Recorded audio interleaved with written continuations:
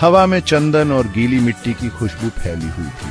आंखें बंद करके गौतम बुद्ध शांत भाव से पुराने पेड़ों की छत के नीचे बैठे थे।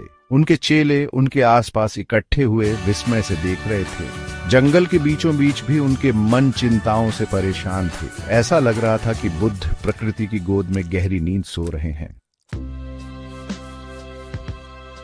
एक चेला जो बेचैन रातों से परेशान था ने पूछने की हिम्मत की, गुरु, आपको नींद में भी शांति कैसे मिलती है? बुद्ध मुस्कुराए। उनकी आंखों में ज्ञान की चमक थी। उन्होंने कहा, मन एक बेचैन बंदर की तरह है जो एक विचार से दूसरे विचार पर उछलता रहता है। वह रुक गए ताकि यह बात समझ में आ जाए। उन्होंने आगे कहा, यह बेचैनी हमारी नींद में खलल डालती है, जिससे हम थके हुए और कमजोर हो जाते हैं। बुद्ध ने समझाया, सच्चा आराम मन को शांत करने से शुरू होता है। जैसे हम एक डरे हुए बच्चे को धीरे से शांत करते हैं, वैसे ही हमें अपने भागते हुए विचारों को शांत करना सीखना चाहिए। उन्होंने एक आसान लेकिन गहरा उपाय बताया, ध्यान। उन्होंने कहा, अपना ध्यान अंदर की ओर लगाकर अपनी सांस पर ध्यान केंद्रित करके हम मन के बेकाबू नाच को काबू में करना शुरू करते हैं। बुद्ध ने निर्देश दिया, अपनी आंखें बंद करो और अपनी सांस के हल्के उतार चढ़ाव को महसूस करो। उन्होंने उन्हें सांस लेते समय ठंडक और सांस छोड़ते समय गर्मी पर ध्यान देने के लिए निर्देशित किया। हर सांस के साथ उन्होंने उन्हें तनाव छोड़ने, अपने मन को घेरने वाली चिंताओं को छोड़ने के लिए प्रोत्साहित किया। माइंडफुलनेस का अभ्यास। बुद्ध ने न केवल ध्यान के दौरान बल्कि पूरे दिन जागरूकता के महत्व पर जोर दिया। उन्होंने सिखाया, हर काम, चाहे वह छोटा सा काम हो या बड़ा काम, माइंडफुलनेस के साथ किया जाना चाहिए। जब हम खाते हैं तो हमें हर निवाले का स्वाद लेना चाहिए। जब हम चलते हैं तो हमें अपने पैरों के नीचे जमीन को महसूस करना चाहिए। हर कदम में शांति पाना।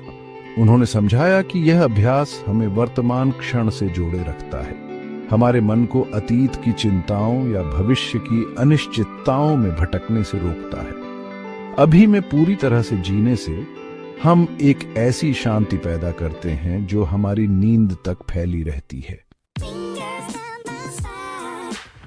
कृतज्ञता का उपहार। सोने से पहले बुद्ध ने अपने शिष्यों को कृतज्ञता से भरा दिल बनाने की सलाह दी। उन्होंने सुझाव दिया, दिन के आशीर्वादों पर विचार करें, चाहे वे कितने भी छोटे क्यों न लगे।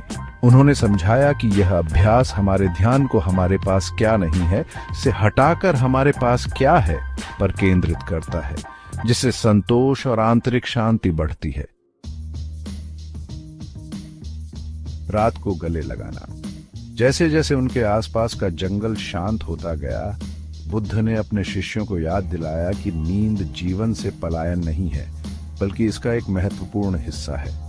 उन्होंने फुसफुसाते हुए कहा, रात को गले लगाओ जैसे तुम किसी प्यारे दोस्त को गले लगाते हो। अपने शरीर और मन को आराम करने दो ताकि तुम तरोताजा होकर नए दिन का स्वागत करने के लिए तैयार हो सको।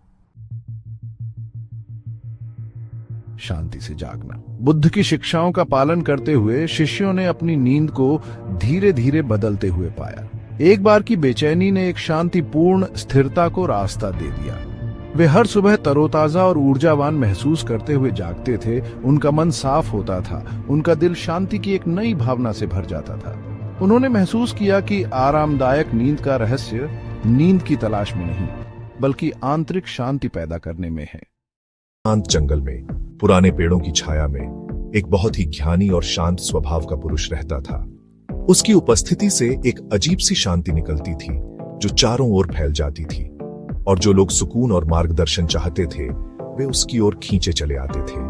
जानवर भी उसकी शक्ति को महसूस करते थे और उसकी शांतिपूर्ण ऊर्जा की ओर आकर्षित होते थे। वह प्रकृति के साथ तालमेल बिठाकर रहता था और सभी जीव, बड़े और छोटे, उससे ज्ञान प्राप्त करने आते थे। ऊपर आसमान में एक गिद्ध चक्कर लगा रहा था। उसका मन चिंताओं से भरा हुआ था। नींद जो कभी आराम देती थी अब उससे दूर हो गई थी और उसकी जगह चिंताओं ने ले ली थी। वह दिन भर तो खाना ढूंढता रहता था, लेकिन रातें डर से भर जाती थीं। उसकी चिंताओं का बोझ उस पर हावी हो गया था, जिससे उसकी शांति छिन गई थी। एक दिन गिद्ध किसी अदृश्य शक्ति से खींचा हुआ ज्ञानी पुरुष के घर के पास आ गया। उसने उस पुरुष के ज्ञान के बारे में सुना था और मार्गदर्शन की उम्मीद में आया था। कांपती हुई आवाज में गिद्ध ने अपनी परेशानी बताई। हे ज्ञानी, मैं चिंताओं से परेशान हूं और मुझे नींद में भी शांति नहीं मिलती। ज्ञानी पुरुष ध्यान से उसकी बात सुनता रहा।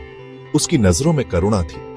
मेरे दोस्त, उसने धीरे से कहा, शांति अंदर से शुरू होती है। यह परेशानियों का न होना नहीं है, बल्कि उनके बीच में शांति पाने की क्षमता है। 3 सिद्धांत हैं जिन्हें आपको अपनाना होगा: वर्तमान में जीना, उम्मीदों को छोड़ना और खुद को स्वीकार करना।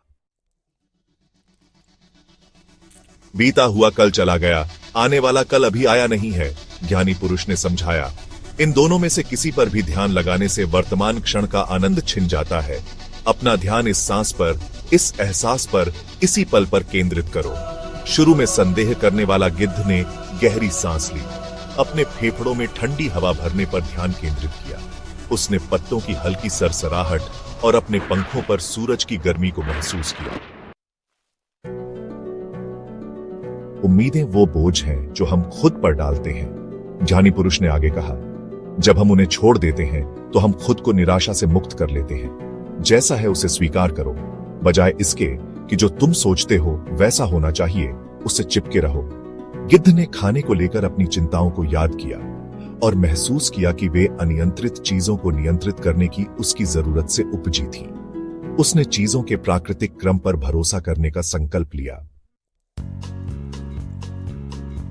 अंत में ज्ञानी पुरुष ने निष्कर्ष निकाला, खुद को पूरी तरह से अपनाओ, कमियों और सब कुछ के साथ। सच्ची शांति इस बात को स्वीकार करने से आती है कि तुम कौन हो, न कि तुम क्या सोचते हो कि तुम्हें होना चाहिए।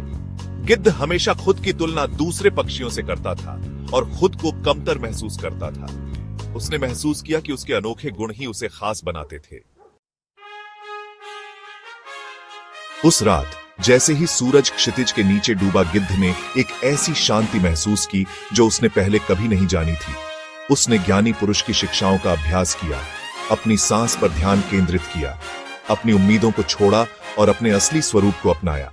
लगभग हमेशा के बाद पहली बार वह एक शांतिपूर्ण नींद में सो गया। उसके सपने जंगल की शांत आवाजों से भरे हुए थे। अगली सुबह जब वह उठा तो गिद्ध ने खुद को तरोताजा महसूस किया। उसकी चिंताओं का बोझ उतर गया था। वह कृतज्ञता से भरे हृदय से ज्ञानी पुरुष के पास लौटा। उस दिन से गिद्ध ने जो ज्ञान प्राप्त किया था उसे दूसरों के साथ साझा किया, दूसरों को अपने भीतर शांति पाना सिखाया। उसने सीखा था कि सच्ची शांति तूफानों का न होना नहीं है, बल्कि उनके बीच में शांति पाने की क्षमता है।